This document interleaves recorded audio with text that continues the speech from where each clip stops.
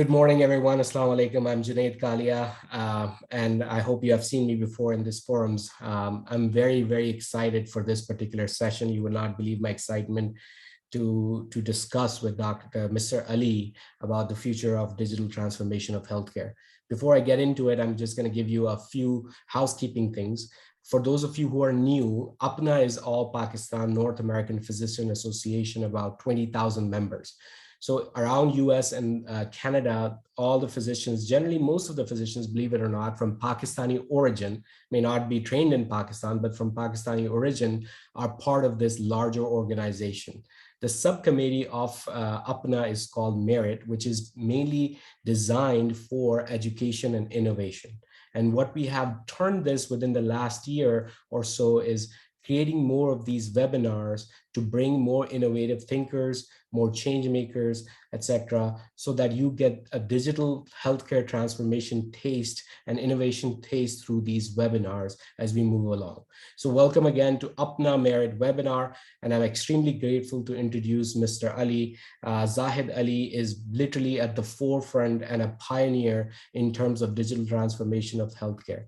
As a matter of fact, if I go into his introduction, it will take me a whole hour. So I'm going to highlight a couple of things because he has been literally a change maker, and it's just not me talking. As a matter of fact, he was in 2022 awarded from HIMSS, which is the largest organization that deals with health information management systems, as the change maker. And I'm going to let him speak about how many contestants that he has to beat to get that award. So it is an amazing award that is given to a Pakistani origin, and then this is bringing us Pakistanis a significant amount of honor and prestige for him to receive this award. The second thing, last year, interestingly, he was actually awarded in 2021 from HIMSS. He was basically the future 50. So he was selected as one of those leaders that will be among the 50 of them as someone who will be the best in creating these digital transformations. He has worked with Fortune 500 companies. He has worked in Global CI 20. He has been the Digital Leader 100. He has actually worked with World Health Organization. I mean, literally, he has written the book and the course on how to actually create strategies and actually create a course on digital transformation itself, which I will be attending in the coming months as well. So again, very grateful to Dr. Ali to come to this session, and I'm very excited to learn from him today. Dr. Ali, Mr. Ali, sir, mic is on to you, sir. Yeah. So thanks, Dr. Nath, for this great introduction. And I think you have spoken quite a lot. And it's my pleasure to be here on this forum, just talking about sharing my experiences in digital health. So as Junaid had spoken in last year, especially in 2021, I received about 12 international awards.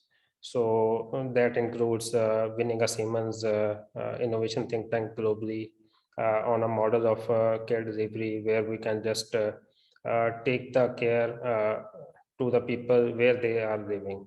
So that is one of my concept that I would talk to you in a bit more details. And then I was recognized as a global CIO 200, listed in Forbes Next 1000, Digital Leaders 100. That is a very active community in UK.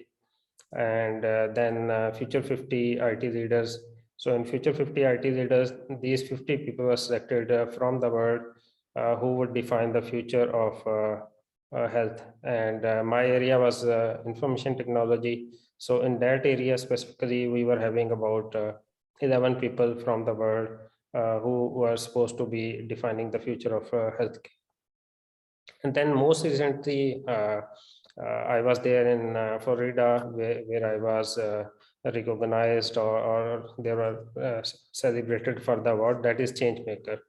So this Changemaker Award is for those people who really challenge the status quo, and they came up with innovative models of care delivery and made the changes to the healthcare delivery made it easy in different parts of the world. So I was only 6 people from the world were nominated in that category. And to name some of the countries which we consider those are technology giants in the world. And the Minister of Health was also a competitor in that category. 2 countries Minister of Health were there in that category, and somehow both were not able to make it. So me and the good thing that happened over there was we had a guy that is, his name is Ataf Al-Baraki, who is CEO of Malafi, that is working on like integrated health exchange in Middle East, and that's a phenomenal work that he has done over there. And they had done it with a great success, and he was number 1 and I was number 2. So along this journey, I was very actively involved in lot many things, especially into states, building their system. I helped many countries into their digital transformation journey. I worked with CDC, I worked with WHO. In this year, I was the only one who was non-US person who was considered to be part of their Health Information Technology Advisory Committee by the Government Accountability Office. Just adding more to it, just after 3 days, so I'm invited by White House into a policy dialogue where we would be discussing emergency and crisis communication in the healthcare systems, early disease warning systems. So that's happening on 19. So this is a journey, and I have tried to do quite a lot of things in Pakistan. Was part of many committees in US, especially I wrote the regulatory framework for the mobile apps, and that's going to be the future. And social determinants of health. Then I was part of innovation committee by HHS. I think a lot of people who are there who belongs to US and understand US healthcare system, they understand what is the value that HHS is doing. So it's a health and human services department of US that is making all the regulations and different things for the US healthcare system. And this journey has been going through quite a lot, with many engagements with different bodies. Worked with Stanford, worked with Harvard. I was building their AI algorithms for disease predictions. So these are a couple of things that I would just talk with this community, share my experiences. And I would just share a couple of slides, a few slides, so that people over here can just also go through from few things. And so just wanted to check if people are able to see my screen. Yes, sir. Okay. So it's a green screen. I'm just making it okay. So this is kind of my brief introduction. I will just move it, and this is a same presentation that I also have given. So my think is about healthcare system is totally different, and I think the future belongs to the wellness. It's no more a typical healthcare system that really works on to documentation of medical records. If we study the data and we see how the things are happening from the clinicians point of view, 70% of the clinicians are complaining about burnouts. So that's a very huge number. That's a challenge, how to make things simple, and lot of time is spent in documentation of medical records, and and those medical records are really not talking to each other. So still there are standards. It's about more than 1 decade massive work has been done onto these standards. Still, there are many areas where the systems cannot talk to each other. Like a patient is going in one healthcare system and then he's going into another healthcare system. So their records are not really synchronized into the both systems. So, so with this COVID, and I'm working on for the last 3 years. I started working on a concept of a hospital at home. So where you are living, where you are working, it's the same place where care should be given. So if we talk about the hospital, so maybe we are spending about maybe less than 1% of our time with the people who are involved into our care delivery. Especially in last like 2 decades, there has been a lot of conversations about the patient engagement, patient involvement. Until unless we are not involving the patient, I would say a population, we cannot solve the problems of healthcare. This is the fourth largest expense in the world for the most of the countries. And if we see the numbers, about 70%, 75% of this expense is going into chronic care and mental health. And those mental health and chronic care can be managed out of the hospital very well. And this COVID has really proved that point to a very large extent.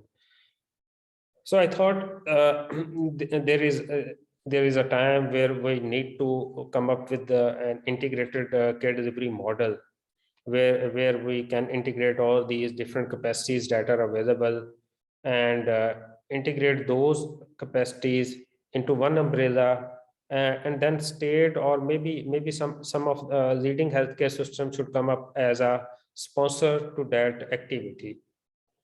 So especially now I'm taking towards a context of Pakistan, where the COVID started, and the problem was that in Pakistan, healthcare system is very standard, and we were not having the liberty to go through different procurement processes and make the procurements for the systems, or maybe develop it in-house to some level. So if we go through that route, maybe that could have taken 6 months to a year. So we thought that we should come up with a different strategy, totally a different model where we can give an immediate response, and we should have something where we can integrate different players, the players from the private sector, the players from the public sector, and the players from the diaspora. So in that context, there were different initiatives taken by into Ministry of Health by the private bodies, by the NIH, by NCOC, and the entire purpose was to integrate all those things that are available with different players and make a single digital front door. So that we did, and that has been a big success story, and that was just a phase 1. And in phase 2, we took it to a different level, and then now it's into the phase 3. In phase 3, a totally different approach is taken. And I think so with the numbers and the data that we have seen, we can make healthcare affordable, accessible, and accountable by means of having these kind of tools. Germany has taken lead in this initiative. Then a lot of other countries are following, and even in US, last year they have approved the billing of these telehealth services, and now those billing those are also covered into the insurance model. That's a big thing, and lot of players are working onto that. And if we see the statistics from the US market at the moment, the big companies, insurance companies, are taking over the hospitals and the primary care centers. One of the neglected area in the entire world has been the primary care. So without having a very efficient primary care, the burden goes to the big hospitals. And big hospitals cannot provide the services to all the population. Big hospitals should be meant only for specialized care. They should not be doing the primary care. The problem is that the world is facing at the moment. All these big hospitals are also dealing with the primary care. So just talking about some of the numbers, Pakistan is the fifth largest population, 220 million, 50% with no access to care. When COVID started, 253 doctor got positive, 58 died in just 2 months of time. And that's obviously, I always say salute to those doctors, salute to community of Pakistani doctors who have not considered their health, and but without having the proper equipment, they went into providing the care to the people, and they started got infected.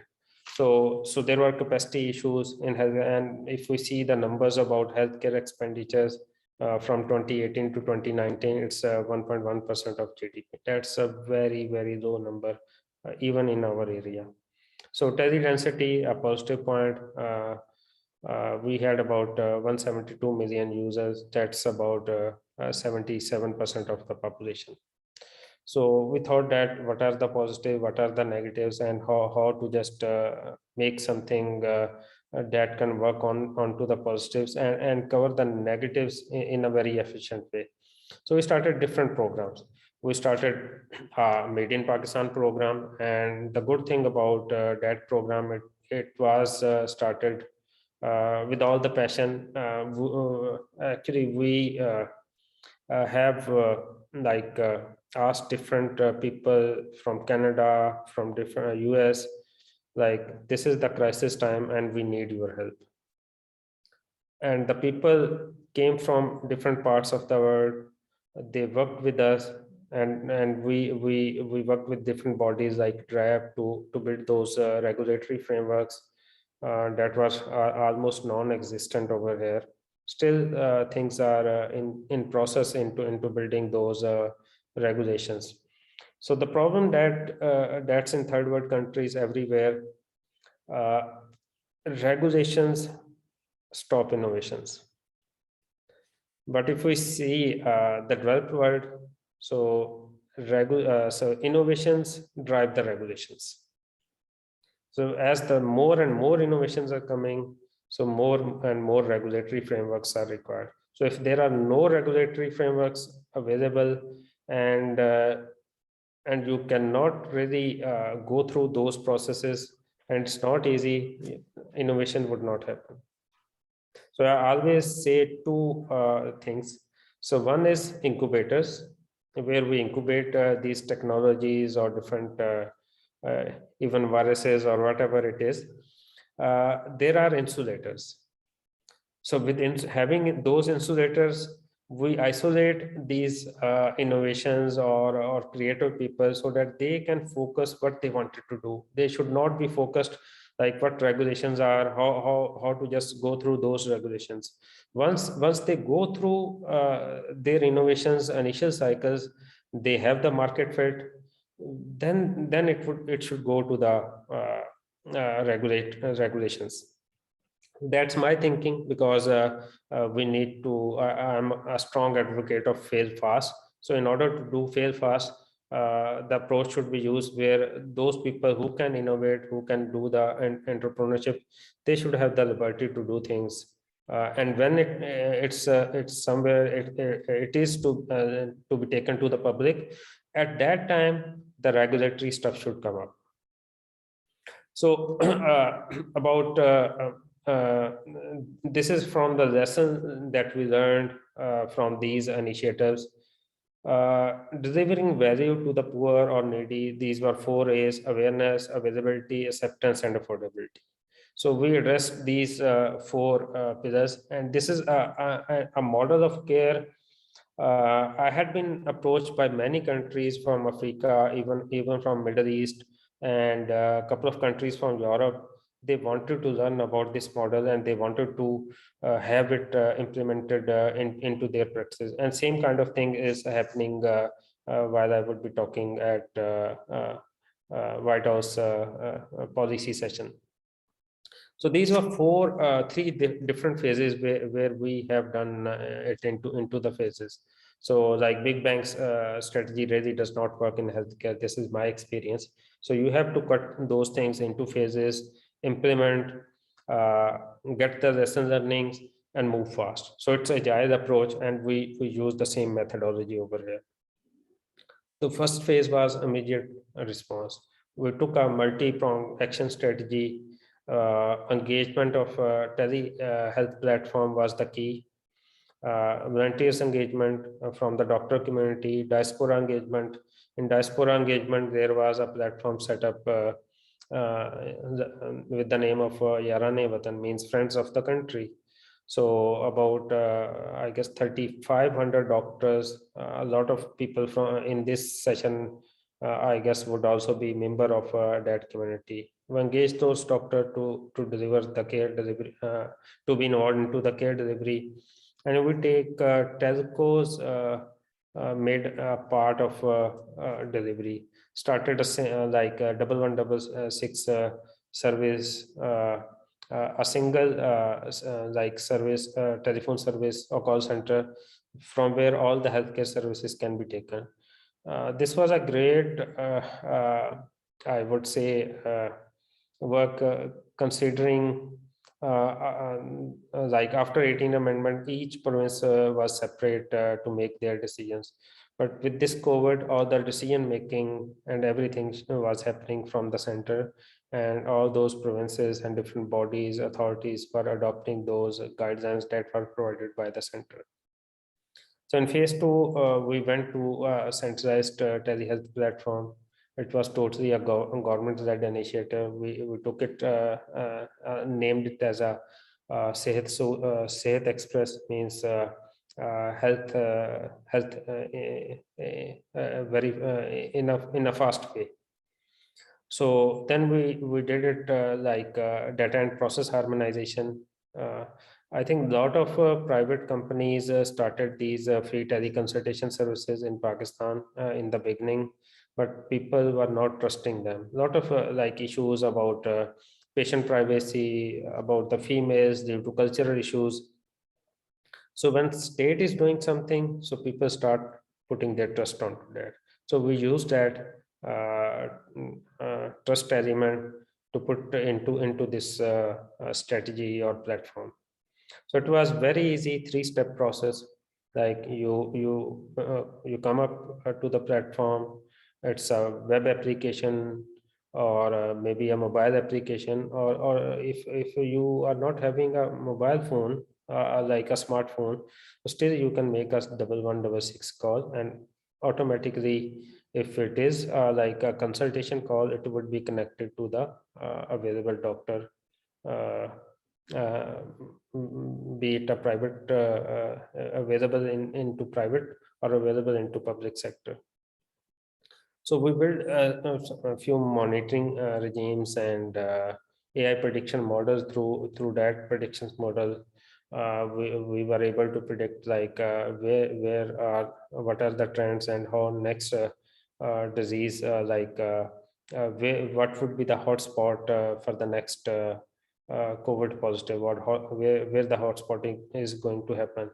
So based upon those models, we tried to align the workforce onto that, and I have done like with my team a similar kind of experience in Australia, where emergency and crisis communication system were built, and it's even today that is used predominantly in Australia for all the emergency and crisis communications. And in phase three, we thought that this is excellent learning. We should take it to the next step. It should not be only for COVID. It should be an integrated disease surveillance and response system. So we took the learning of first two phases and and take it to the third phase, where we are trying to do data collection for all the different elements where the data is generated through the surveys, maybe through the social medias, through the chatbots, through the messages, through the 1166 calls, and even from the hospital data, and automate the entire processes in a way when there is a level for certain problem is happening and it's crossing the limits, automatically is the actions that are required to be taken, it would show, it would engage all the players to take those actions. There was a lot of debates even while I was there in Orlando this year, last month. So how can you just do like AI based decision making when by the system? So anyways, we did it in this way, and we are trying to do it in this way, that we make the parameters first on which parameters what should be the decision, do all the decisions at that level. So when that decisions is done, then the system should take care of all the things. Then there should not be any manual intervention. This is something that from which we can build a trust that this is authentic data, and anybody who has to take action should be very familiar what are the actions he needs to take. So the drivers that we feel with the experience, what are the drivers? So one of the key driver is accessibility through app and web. So it's a technology that should be available without any bias. It should be available onto different platforms, on the web, onto mobile, and even the people who are not having mobile or web, they can even be connected through a call. No download. People spend a lot of time in downloading these applications. So when somebody needs to connect to the doctor, he can connect through call, and automatically an SMS was sent to the person. While clicking onto that SMS, he was connected to a call with the available doctor in a matter of few seconds. And third thing was connected conversation, means patient can talk to the doctor freely, and there was a certain thresholds, like if the bandwidth is at this level, so automatically call would be converted to the voice call. If the bandwidth is at this level, it can be converted to the only text messages. So these were the lessons that we learned from this exercise. One of the key thing that's very unique, that has created a lot of positive impact, was the ringtone messages. So in first 6 months, about 113 million ringtone messages were delivered to the people, and that also that has a huge positive impact onto knowledge, onto perception, and onto behaviors. So it was constantly providing the information to the people. And this was reported by the Gallup and UNDP as well. So it was I take it as a journey to affordable, accessible, and equitable healthcare. This is something that is discussed almost in every part of the world. Healthcare, like cost of the healthcare, is not much affordable, even by the established world. Every country is working onto building novel ideas how to make the healthcare delivery that is accessible, affordable, and equitable. And my belief, my experience is that we need to move to the virtual, more IoTs. And one of the aspect that is very important, that is digital therapeutics, app as a medicine. So I will talk more about this concept a bit further. So these are some numbers. I will just skip through these numbers and move forward. So this was recognition by WHO, and where chief said it was, I guess, in the very beginning, maybe just that news was in September 11, 2020. So we were just about 8 to 9 months into COVID, and WHO chief said that we should learn from Pakistan about the COVID. So, and this was from UNDP, and they said that telemedicine is helping to fight against COVID-19, and why it should be there here to stay. And even World Economic Forum has rated Pakistan into top 5 responses from the economic standpoint. So now I worked on a new topic I named it as data and actions saves life. So if action is taken at the right time, definitely we can save lives.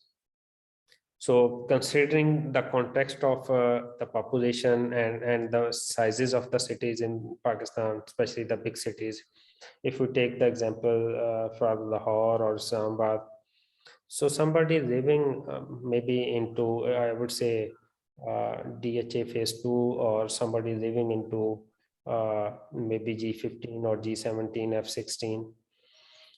So the hospital where if somebody is getting a cardiac arrest, there is a happy hour.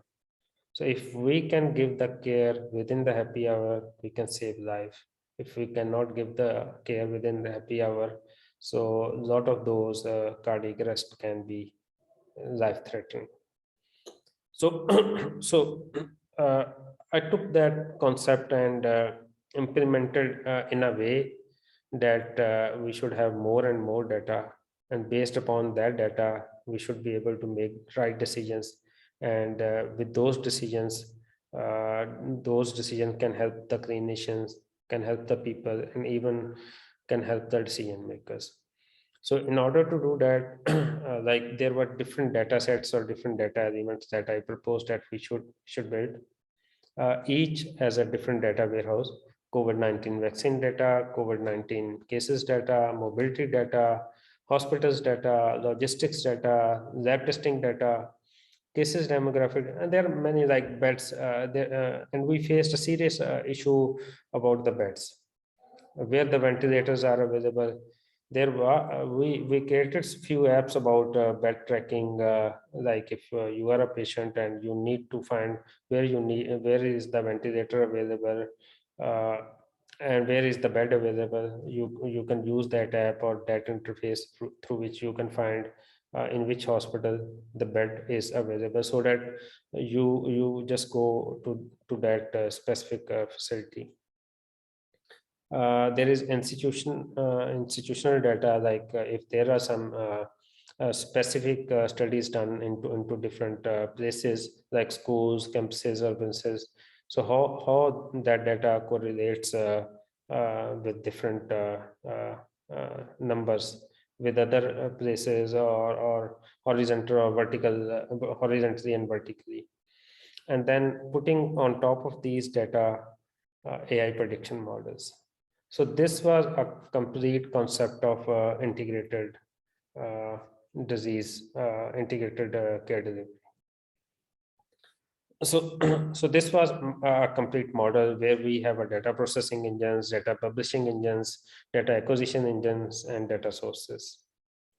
And the entire concept of this model was that we have a single data repository of all these things, with all the identities and access managements, a harmonized data, and that harmonized data can be taken by anybody. It should be available into the public domain, so that anybody who needs to get the benefit of that data, he should be able to get benefit.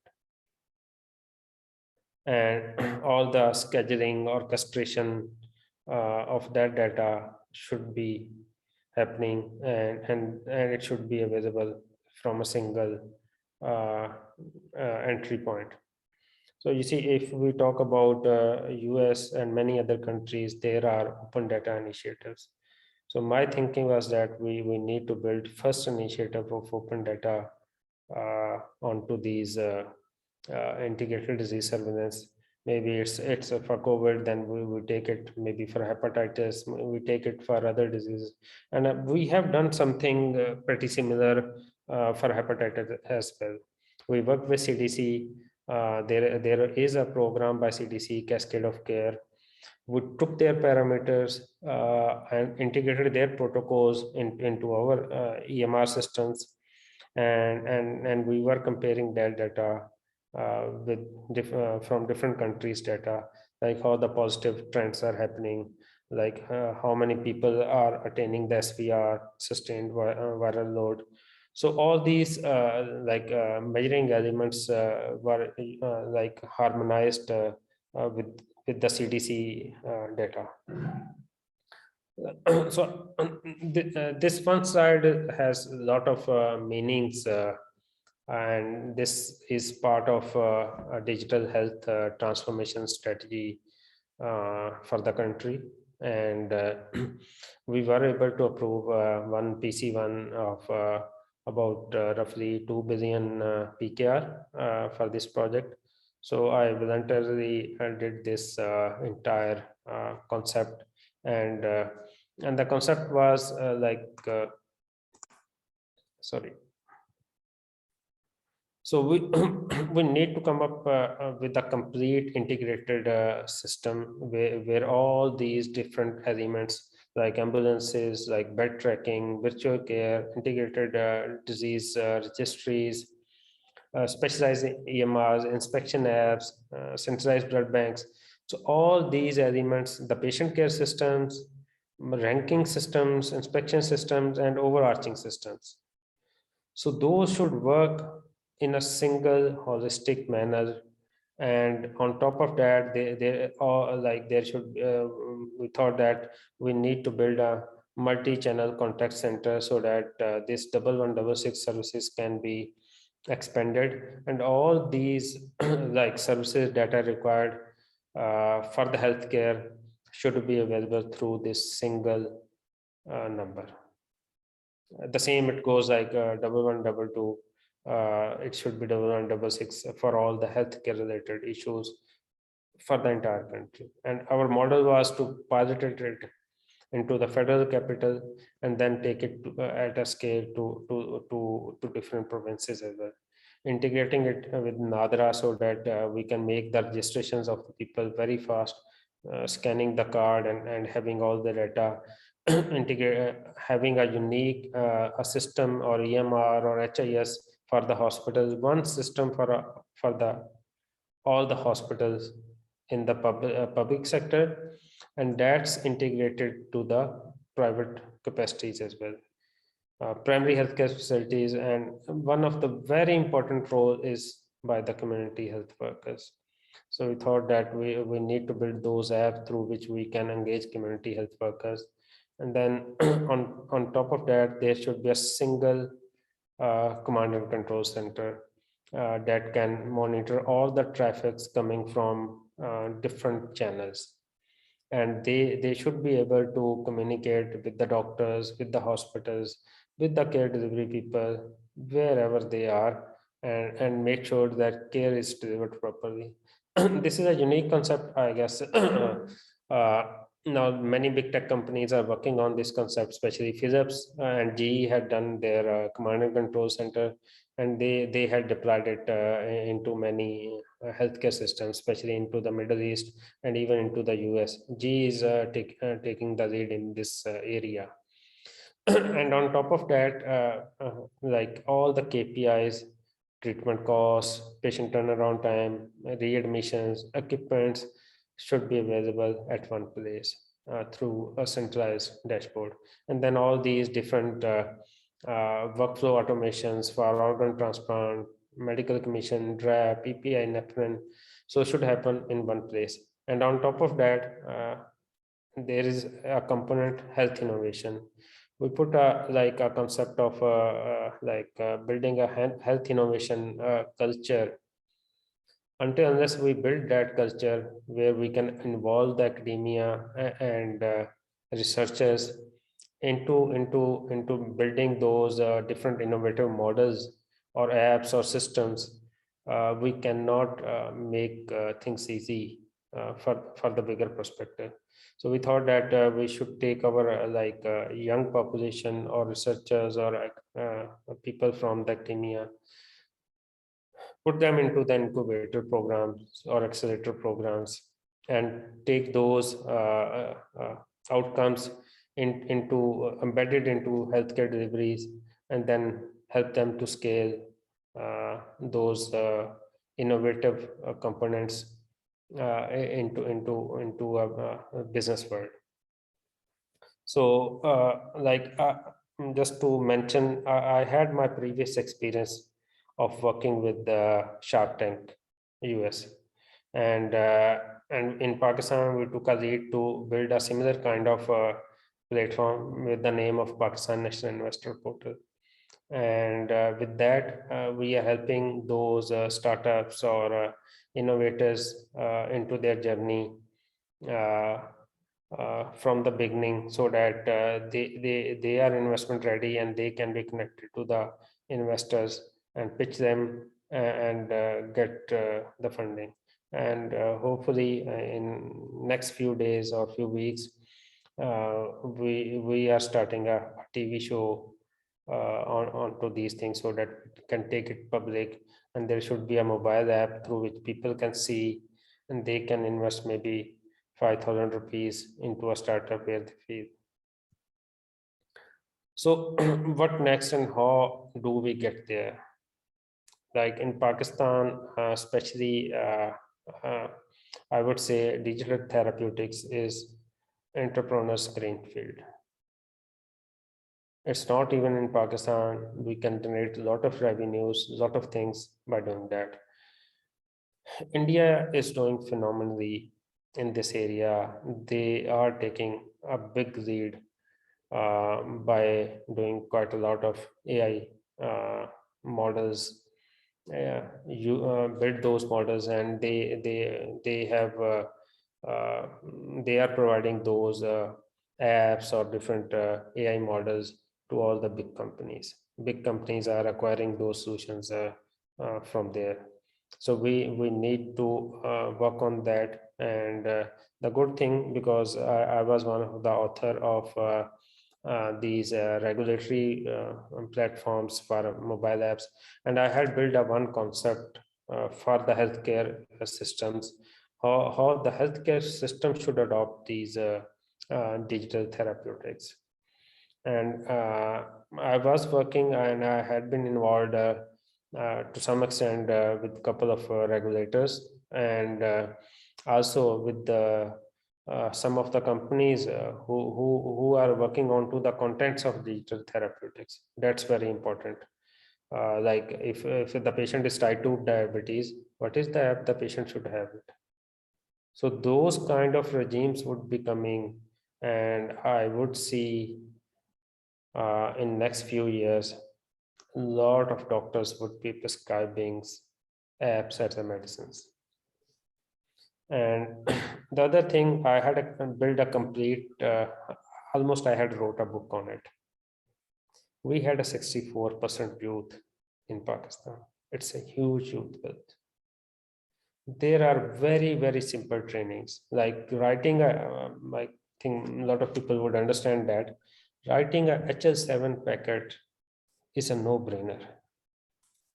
So if we see the market for HS, a person who can write HS7 packet, it's about $40 to $50 an hour. So there is no rocket science, it cannot be done. A simple training of 1 month can enable a basic IT guy to do that. So if we see, say there is a 2 months training, 1 month training, and 1 month practical, so a person would be able to do that. We had been doing a very low level work in the world. Call center, it's a very low level thing, and we don't have even the volumes. So call centers are really challenged by these chatbots. So call centers have no future if we take a ride down the road, maybe after 5 years. So we need to have those transitions. We need to work on knowledge process outsourcing. We need to work on research process outsourcing. The good thing with Pakistan, especially APPNA, is doing a great job. We had a very notable people in different parts of the world who had their education from Pakistan or who are originally from Pakistan, and they are working into medical community. We need to bridge those people, and in order to bridge those people into something where we can take advantage of their time, we can take advantage of their knowledge, need to build maybe a digital health ecosystem or digital health exchange system through which we can exchange those knowledges. We can exchange like different requirements and bring those trainings over here. Maybe there are a lot of people who can train the people. They are sitting in states. Nothing should stop. Nothing is stopping us to take those people and train the youth over here. They should be paid. Yeah. So and a couple of initiatives onto that then that I can take, and I am taking very seriously. I'm establishing a HIMSS Pakistan chapter. So with HIMSS Pakistan chapter, the Pakistani people, the youth, the hospitals, they would have access to all the resources with HIMSS. So inshallah, in next few months, that chapter would be established for Pakistan. Actually, HIMSS is not taking new chapters, but because I'm very deeply involved with them, I had a huge respect. So, and onto that, they are just doing that. The first chapter, after many years, they have established in Japan just last year. Now they are learning from their experiences, and the same kind of model we will be starting in Pakistan. The other thing that's on my table, I had designed all that thing, that's Health Accelerator. I think Dr. Junaid had few things to say more. So I think while I complete this, I would just like to hear from him as well. And the other thing is Health Knowledge Connect. Means maybe some platform or a mechanism where we can connect the knowledge. And we would be starting more and more webinars using different channels through which we can provide those kind. Literally, I can bring anybody from US or Europe healthcare systems to talk to us.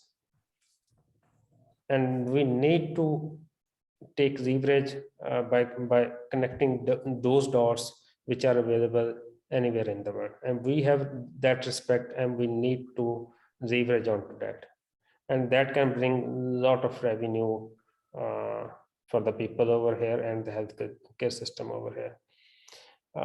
Actually, I'm receiving huge interest by the people, especially who are into the education, especially doing health informatics degrees from Canada, from US, from France.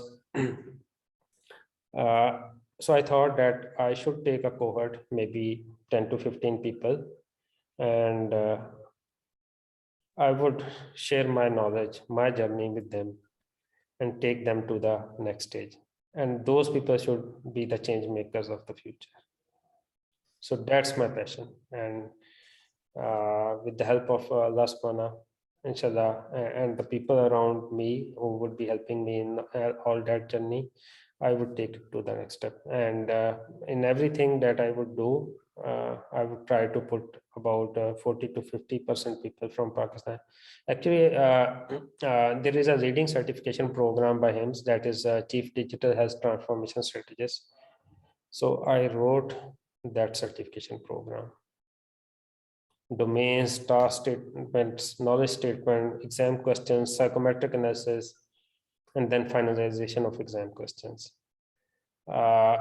Just to tell you a few numbers, anybody who is going to go for that exam, the fee for exam is $1,400. And anybody who had to go for that training, so it might be $3,000 to $5,000. I can help those people to get into that. No, I mean, Jazakallah very much. I mean, this is, as I said, one of the most interesting, powerful sessions that we had. And the amount of knowledge that I have also received is extremely important. Just to clarify a few things, the word KPI means key performance indicators. That is one of the key words that we use all the time for those who are not aware of the word KPI itself. So everything has to have an outcome, and that outcome has to be measured. And the first thing we do is basically create what we call key performance indicators that we move forward.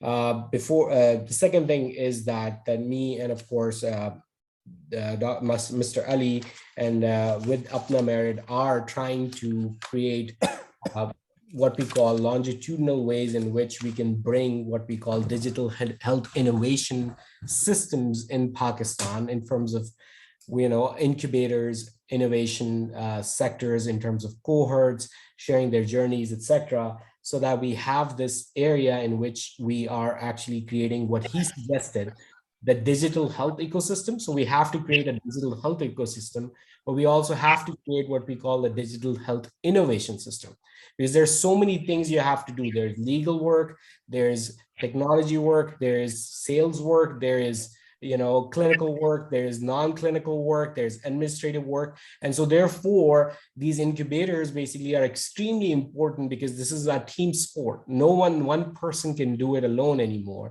And therefore this particular way of moving forward will be the way that we can achieve not just digital health ecosystem per se, because that's one of the key things. But before we do that, we have to develop that talent. And that's why I have been personally, first of all, grateful that I've learned a lot from Zahid from this webinar and individually, but also I'm so amazed by his overall, interest and his passion and vision for Pakistan as well. I'm going to start with the first question. I shouldn't do that. I think I'll let our other panelists go first. I think I'm going to go with first on this team. So Dr. Rao, sir. Yeah, I think it was absolutely fantastic stuff you're doing. I just have maybe Junaid, you and our speaker can both answer. So when you talk about digital therapeutics and digital trials and all that, so there are obviously two ways of doing that. One way is that you have apps and you have wearables, then you have aurables, and then you can basically collect the data.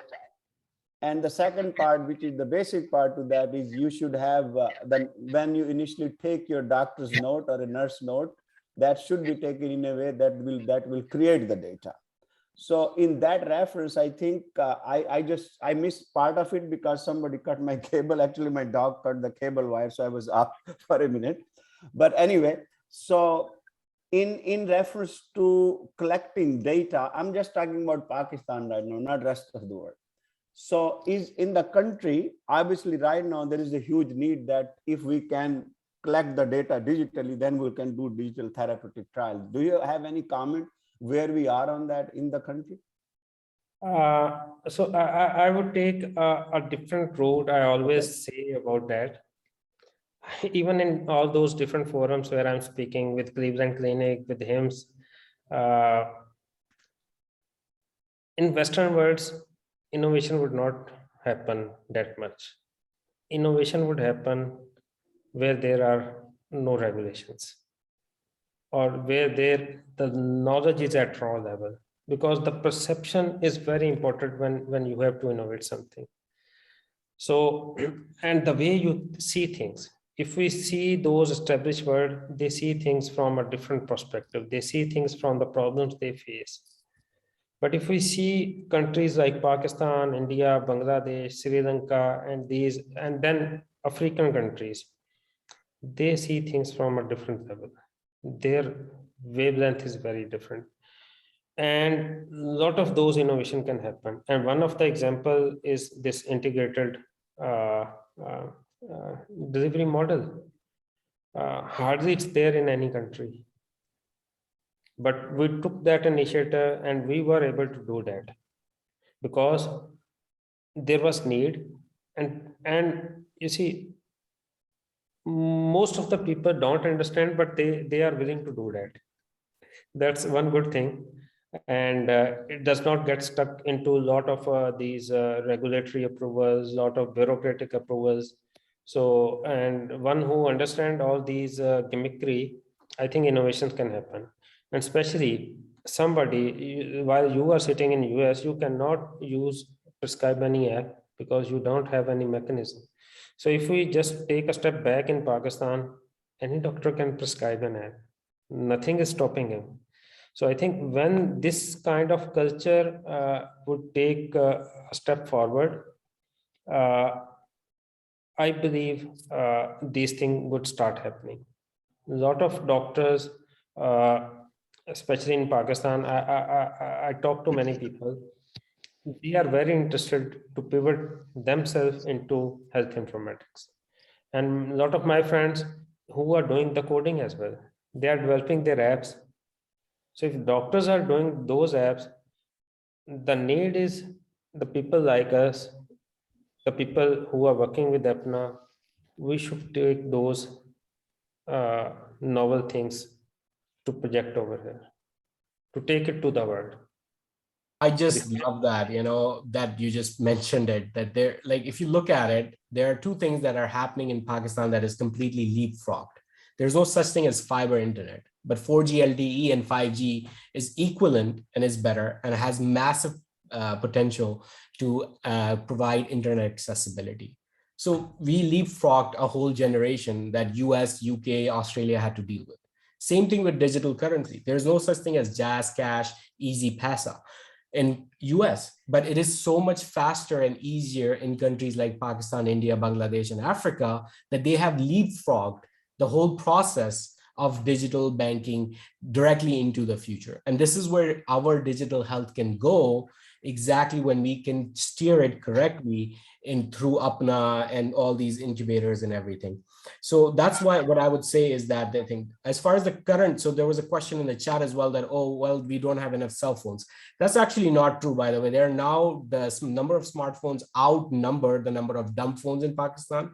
Number two, there are 16 million. So there's about 52% of population is on a smartphone basis already. And this is going to fall, the availability is going to become easier, much faster as well as we move along, as the costs are dropping significantly with the new thing. So as far as the digitalization from a public perspective is concerned, that's much faster. However, from a data warehouse, as he suggested, like a national level. So Punjab just announced some things that they're moving towards, data warehousing and a standard plan for digitalization. But I have yet to see any announcement at a federal level in Pakistan to suggest that we're going to have an integrated EMR data warehouse at a national level yet, but this is still coming. There's a lot of interest that I'm hearing, and of course, Zahid knows more than I can.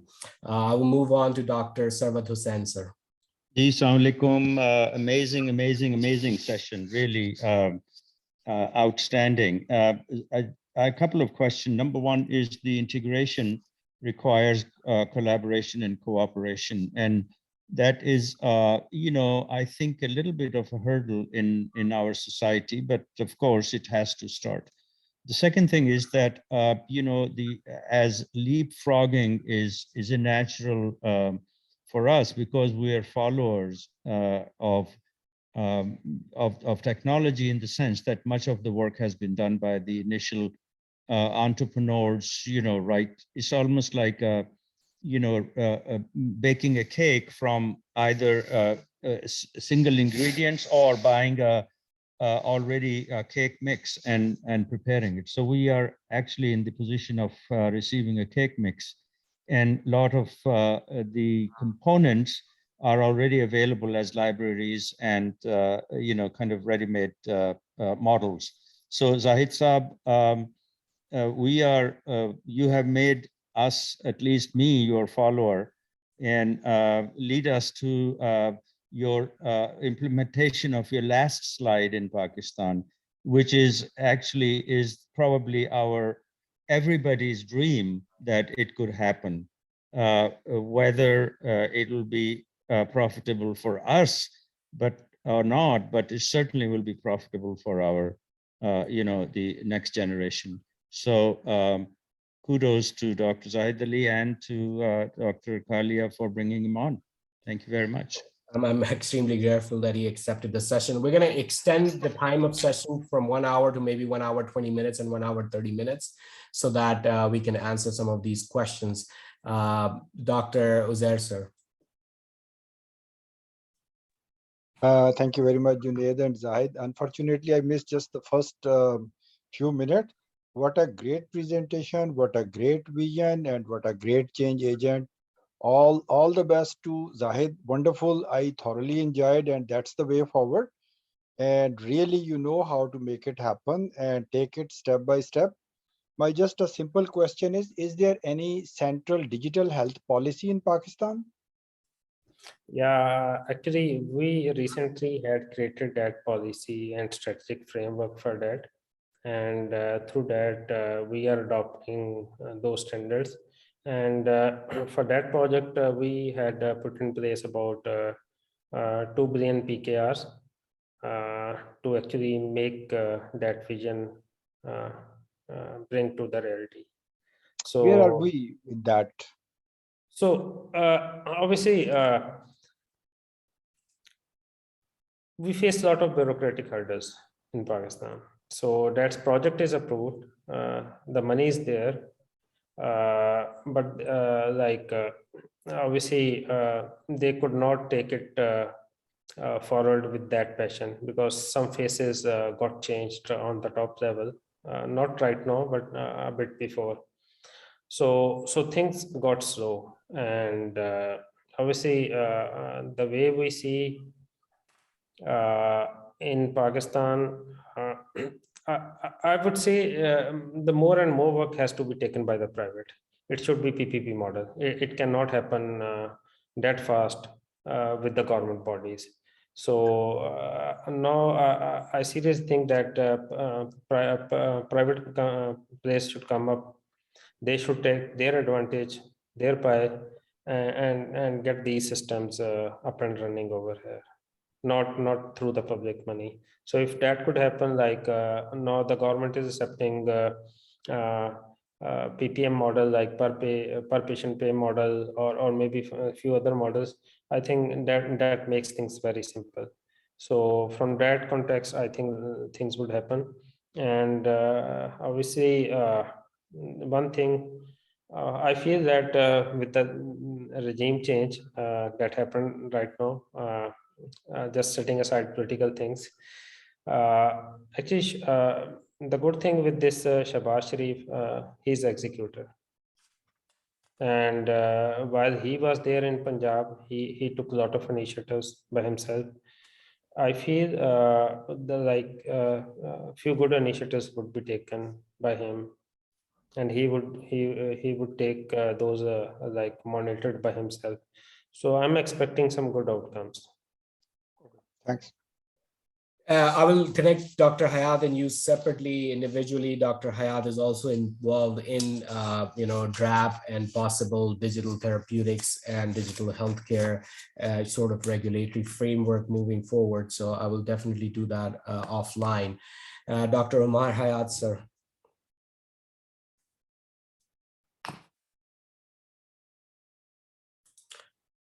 I think he is still mute. For those of you who have further questions, please put them in the chat box and I will start with the first question. And very simply, so there are different models globally speaking. We have the NHS model at UK, same thing with Australia. Germany is a little hybrid.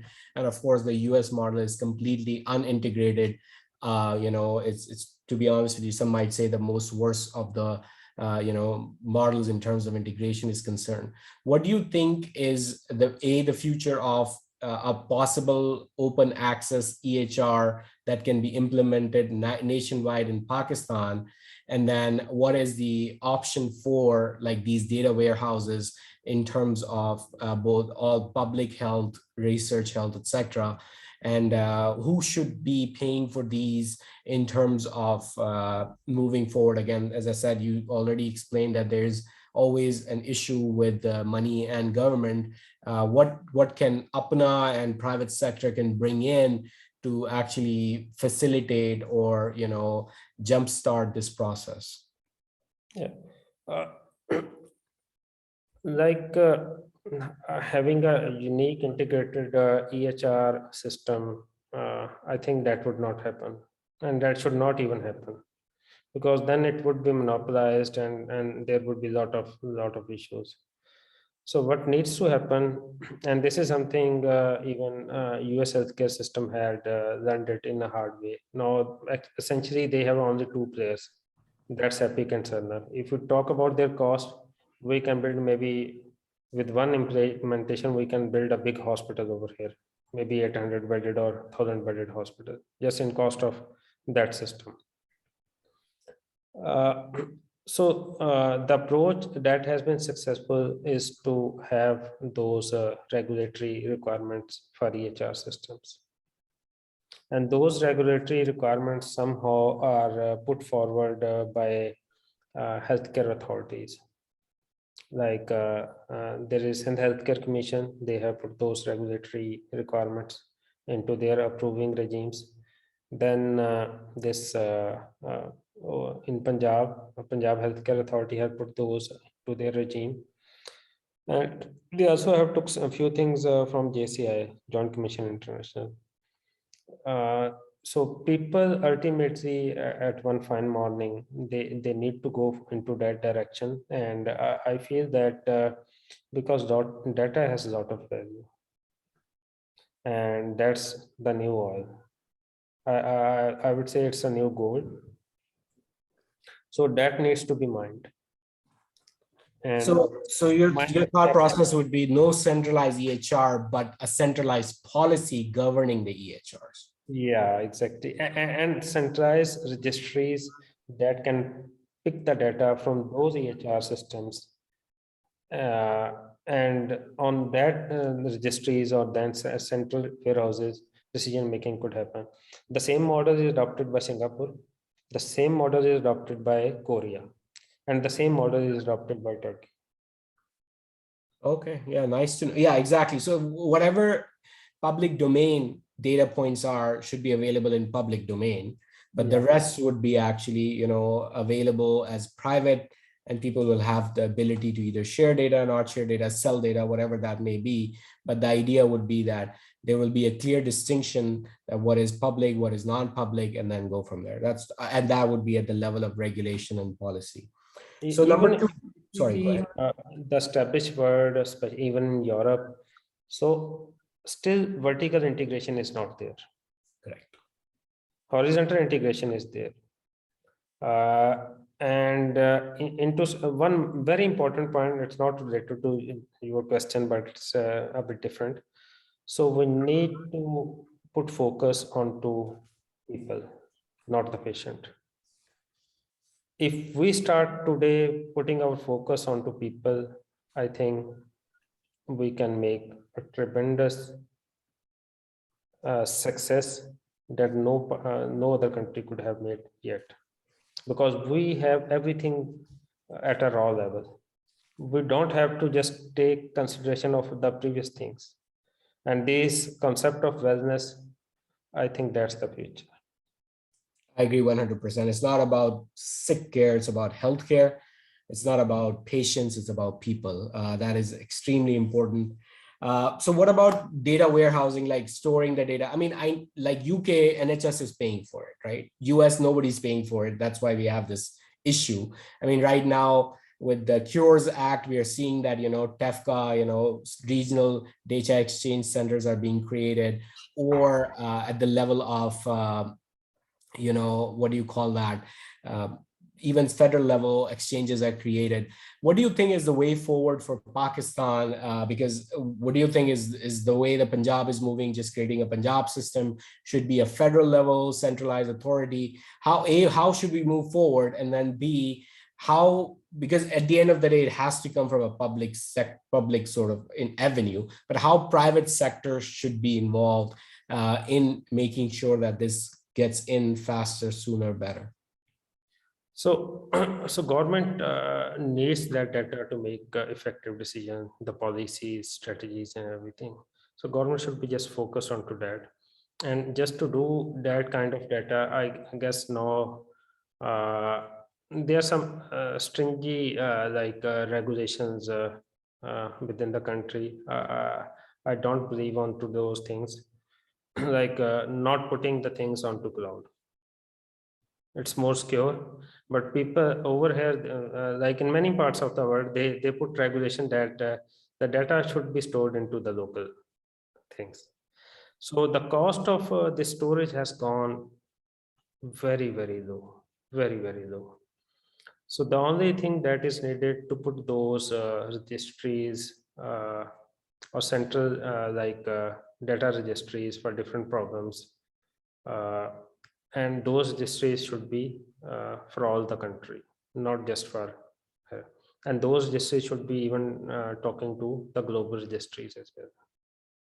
So what you're saying that any private company that creates an EHR, by definition, is contributing to the cloud per se, in the term of a limited distribution of knowledge. And what you're saying is in regulation, there should be that all EHR should be cloud-based.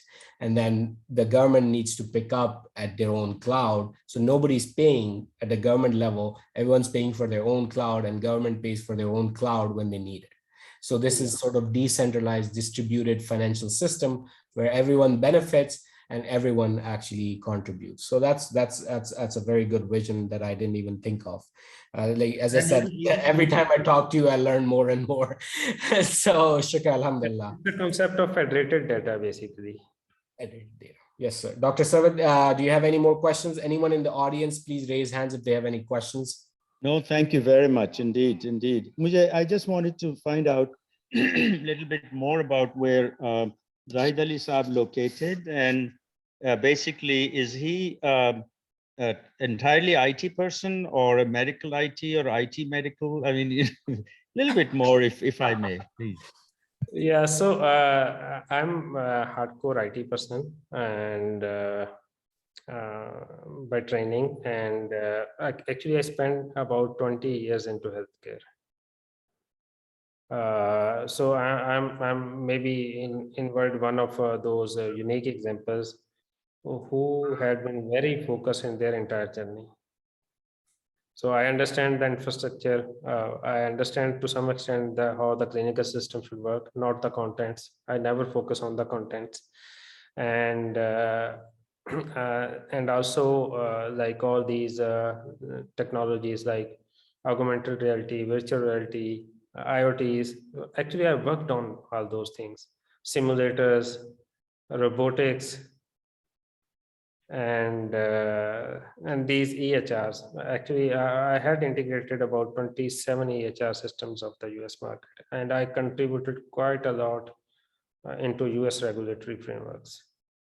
So my regulations wrote by me, many parts are adopted by many countries, even FDA and US as well.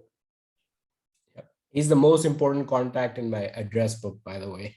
So, so if I have any question, I know I can get an answer from him. So again, I'm going to end this session over here. I'm grateful that Dr. Ali has already shared the information to contact him on his last slide.